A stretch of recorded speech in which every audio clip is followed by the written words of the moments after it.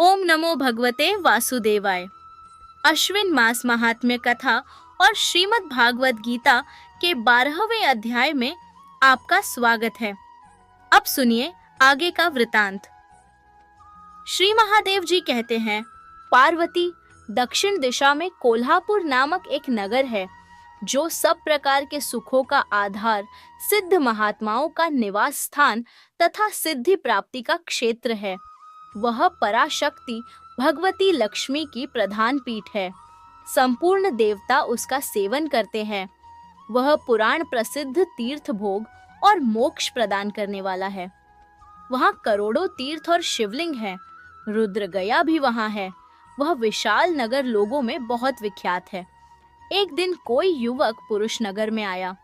वह कहीं का राजकुमार था। उसके शरीर का रंग गोरा, नेत्र सुंदर, ग्रीवा शंख के समान, कंधे मोटे, छाती चौड़ी तथा भुजाएं बड़ी-बड़ी थीं।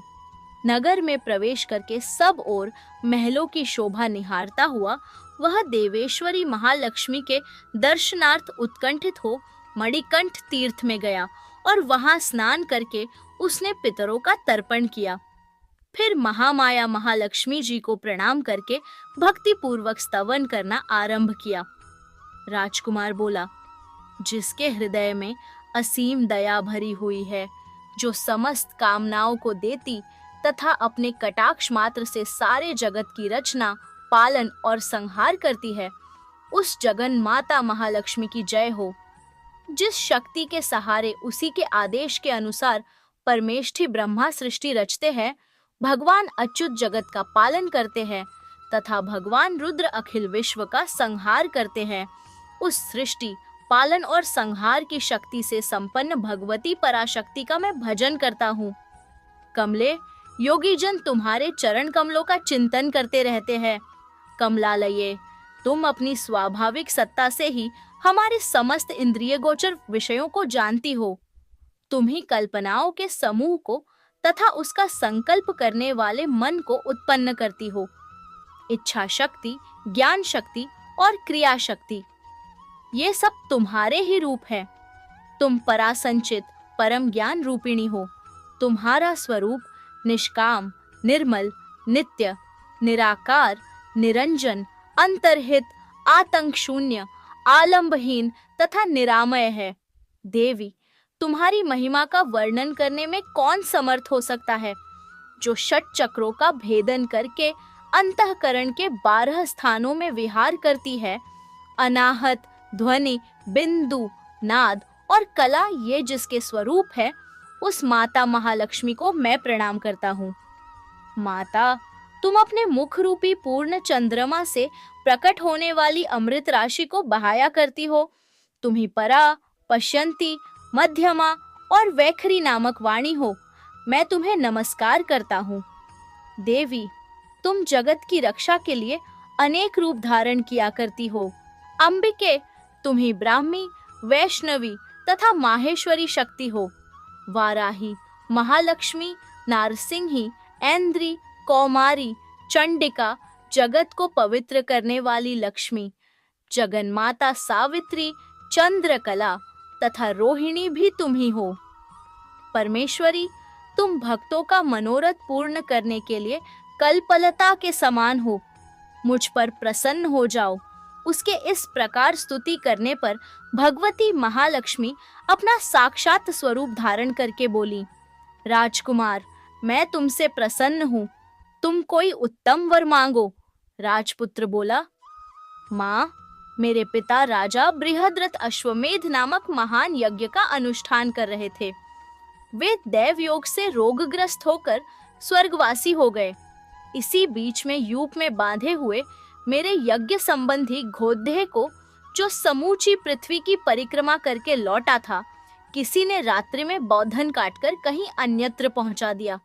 उसकी खोज में मैंने कुछ लोगों को भेजा था, किंतु वे कहीं भी उसका पता न पाकर जब खाली हाथ लौट आए हैं, तब मैं रत्विजों से आज्ञा लेकर तुम्हारी शरण में आया हूँ। देवी, यदि तुम मुझ पर प्रसन्न हो तो मेरे यज्ञ का घोड़ा मुझे मिल जाए, जिससे यज्ञ पूर्ण हो सके। तभी मैं अपने पिताजी का रण उतार सकूंगा। शरणागतों पर दया करने वाली जगत जननी लक्ष्मी, जिससे मेरा यज्ञ पूर्ण हो वह उपाय करो। भगवती लक्ष्मी ने कहा, राजकुमार, मेरे मंदिर के दरवाजे पर एक ब्राह्मण रहते हैं जो लोगों में सिद्ध समाधि के नाम से विख्यात है। वे मेरी आज्ञा से तुम्हारा सब काम पूरा कर देंगे। महालक्ष्मी के इस प्रकार कहने पर राजकुमार उस स्थान पर आए जहां सिद्ध समाधि रहते थे। उनके चरणों में प्रणाम करके राजकुमार चुपचाप हाथ जोड़कर खड़े हो गए। तब ब्राह्मण ने कहा, तुम्हें माताजी ने यहाँ भेजा है? अच्छा, देखो, अब मैं तुम्हारा सारा अभीष्ट कार्य सिद्ध करता हूँ। यूं कहकर मंत्रवेत्ता ब्राह्मण ने सब देवताओं को वही खींचा। राजकुमार ने देखा, उस समय सब देवता हाथ जोड़े थर थर कांपते हुए वहां उपस्थित हो गए।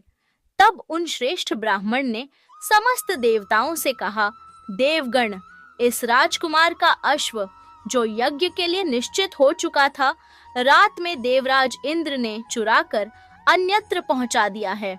उसे शीघ्र ले आओ। तब देवताओं ने मुनि के कहने से यज्ञ का घोड़ा लाकर दे दिया। इसके बाद उन्होंने उन्हें जाने की आज्ञा दी। देवताओं का आकर्षण देखकर तथा खोए हुए अश्व को पाकर राजकुमार ने मुनि के चरणों में प्रणाम करके कहा, महर्षि, आपका यह सामर्थ्य आश्चर्यजनक है। आप ही ऐसा कार्य कर सकते हैं, दूसरा कोई नहीं। ब्राह्मण, मेरी प्रार्थना सुनिए। मेरे पिता राजा बृहद्रथ अश्वमेध यज्ञ का अनुष्ठान आरंभ करके दैवयोग से मृत्यु को प्राप्त हो गए हैं। अभी तक उनका शरीर तपाए हुए तेल में सुखाकर मैंने रख छोड़ा है। आप उन्हें पुनः जीवित कर दीजिए। यह सुनकर महामुनि ब्राह्मण ने किंचित मुस्कुराकर कहा, चलो, वहां यज्ञ मंडप में तुम्हारे पिता मौजूद हैं, चलें। तब सिद्ध समाधि ने राजकुमार के साथ वहां जाकर जल अभिमंत्रित किया और उसे शव के मस्तक पर रखा। उसके रखते ही राजा सचेत होकर उठ बैठे।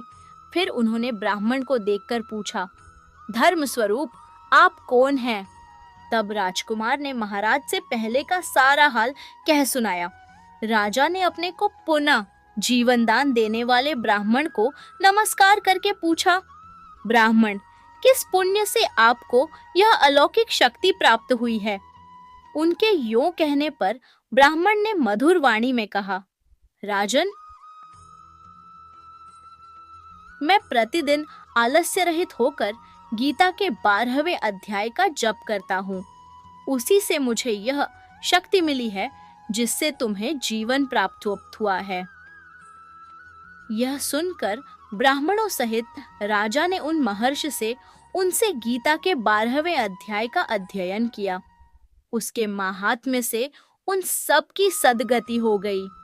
दूसरे जीव भी उसके पाठ से परम मोक्ष को प्राप्त हो चुके हैं।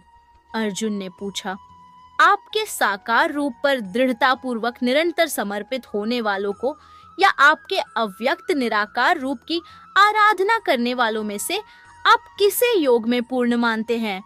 आनंदमयी भगवान ने कहा, वे जो अपने मन को मुझ में स्थिर करते हैं और सदैव दृढ़ता पूर्वक पूर्ण श्रद्धा के साथ मेरी भक्ति में तल्लीन रहते हैं, मैं उन्हें सर्वश्रेष्ठ योगी मानता हूँ। लेकिन जो लोग अपनी इंद्रियों को निग्रह करके सर्वत्र संभाव से मेरे परम सत्य, निराकार, अविनाशी, निर्वचनीय, अव्यक्त, सर्वव्यापक, अकल्पनीय, अपरिवर्तनीय, शाश्वत और अचल रूप की पूजा करते हैं, वे सभी जीवों के कल्याण में संलग्न रहकर मुझे प्राप्त करते हैं। जिन लोगों का मन भगवान के अव्यक्त रूप पर आसक्त होता है, उनके लिए भगवान की अनुभूति का मार्ग अति दुष्कर और कष्टों से भरा होता है। अव्यक्त रूप की उपासना देहधारी जीवों के लिए अत्यंत दुष्कर होती है। लेकिन जो अपने सभी कर्मों को मुझे समर्पित करते हैं और मुझे परम लक्ष्य समझकर मेरी आराधना करते हैं और अनन्य भक्ति भाव से मेरा ध्यान करते हैं, मन को मुझ में स्थिर कर अपनी चेतना को मेरे साथ एकीकृत कर देते हैं। हे पार्थ, मैं उन्हें शीघ्र जन्म मृत्यु के सागर से पार कर उनका उद्धार करता हूँ। अपने मन को केवल मुझ पर स्थिर करो और अपनी बुद्धि मुझे समर्पित कर दो। इस प्रकार से तुम सदैव मुझ में स्थित रहोगे, इसमें कोई संदेह नहीं है। हे अर्जुन, यदि तुम दृढ़ता से मुझ पर अपना मन स्थिर करने में असमर्थ हो तो सांसारिक कार्यकलापों से मन को विरक्त कर भक्ति भाव से निरंतर मेरा स्मरण करने का अभ्यास करो। यदि तुम भक्ति मार्ग के पालन के साथ मेरा स्मरण करने का अभ्यास नहीं कर सकते, तब मेरी सेवा के लिए कर्म करने का अभ्यास करो। इस प्रकार तुम पूर्णता की अवस्था को प्राप्त कर लोगे। यदि तुम भक्ति युक्त होकर मेरी सेवा के लिए कार्य करने में असमर्थ हो, तब अपने सभी कर्मों के फलों का त्याग करो और आत्मस्थित हो जाओ। शारीरिक अभ्यास से श्रेष्ठ ज्ञान है, ज्ञान से श्रेष्ठ ध्यान है और ध्यान से श्रेष्ठ कर्म फलों का परित्याग है, और ऐसे त्याग से शीघ्र मन को शांति प्राप्त होती है। जो किसी प्राणी से द्वेष नहीं करते, सबके मित्र हैं, दयालु हैं, ऐसे भक्त मुझे अति प्रिय हैं, क्योंकि वे स्वामित्व की भावना से अनासक्त और मिथ्या अहंकार से मुक्त रहते हैं, दुख और सुख में संभाव रहते हैं और सदैव क्षमावान होते हैं। वे सदा तृप्त रहते हैं, मेरी भक्ति में ढूंढता से एकीकृत हो जाते हैं। वे आत्म संयमित होकर दृढ़ संकल्प के साथ अपना मन और बुद्धि मुझे समर्पित करते हैं। वे जो किसी को उद्विग्न करने का कारण नहीं होते और न ही किसी के द्वारा व्यथित होते हैं, जो सुख दुख में संभाव रहते हैं, भय और चिंता से मुक्त रहते हैं, मेरे ऐसे भक्त मुझे अति प्रिय हैं। वे जो सांसारिक प्रलोभनों से उदासीन रहते हैं, बाह्य और आंतरिक रूप से शुद्ध, निपुण, चिंता रहित, कष्ट रहित और सभी कार्यकलापों में स्वार्थ रहित रहते हैं, मेरे ऐसे भक्त मुझे अति प्रिय हैं। वे जो न तो लौकिक सुखों से हर्षित होते हैं और न ही सांसारिक दुखों से निराश होते हैं, तथा न ही किसी हानि के लिए शोक करते हैं एवं न ही लाभ की लालसा करते हैं। वे शुभ और अशुभ कर्मों का परित्याग करते हैं। ऐसे भक्त जो भक्ति भावना से परिपूर्ण होते हैं, मुझे अति प्रिय हैं।